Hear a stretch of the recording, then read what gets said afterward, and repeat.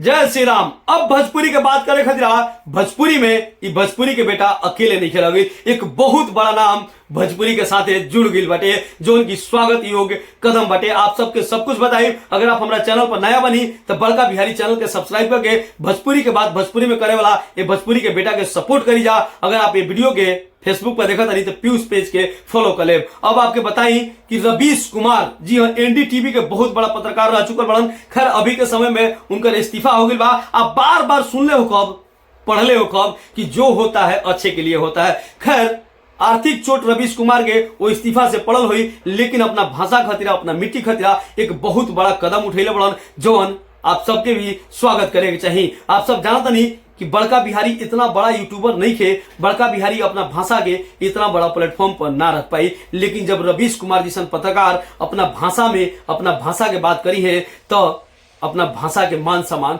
बहुत बढ़े वाला बा। जी हाँ, एक चैनल के यूट्यूब पर शुरुआत के लिए जो ना चैनल का नाम बा बिहान। खैर हम इतना बड़ा तो नहीं भइल, हमारे इतना ज्यादा औकात नहीं कि हम रवीश कुमार जैसा पत्रकार के प्रमोशन करी। लेकिन जब अपना भाषा के बात बा, जब अपना मिट्टी के बात बा, तो हम आप सबसे हाथ जोड़ के आग्रह करते नहीं कि जाके बिहान चैनल के आप लोग सपोर्ट करी जा, सब्सक्राइब करी जा। आज तक भोजपुरी के बदनाम ऐसे कल जाते रहे और भोजपुरी में अश्लीलता परोसल जाते रहे कुछ कंपनी, कुछ स्टार के द्वारा, कुछ कलाकार के द्वारा कि जब बहुत बड़ा पत्रकार ना रहन, कोनो क्रिटिक्स ना रहन। आप सब जानते नहीं कि भारत के टॉप पत्रकार के नाम उठा के देख ली तो हमें सबसे ज्यादा बिहार के पत्रकार मिली है। ओकरा बावजूद भी हमनी के भाषा कि कहीं सम्मान ना मिलल। भारत में हमनी के भाषा के इतना ज्यादा मिठास बा, लेकिन ये भाषा पर अश्लीलता नाम के शब्द चिपका दे गई, ये भाषा के बुर्बक के भाषा बता दिल गई। लेकिन जब रवीश कुमार जैसन पत्रकार, जब बड़का बिहारी जैसन छोटा सा यूट्यूबर और ऐसे लोग कोशिश करिए तो अपना भाषा के एक दिन उस सम्मान जरूर मिली।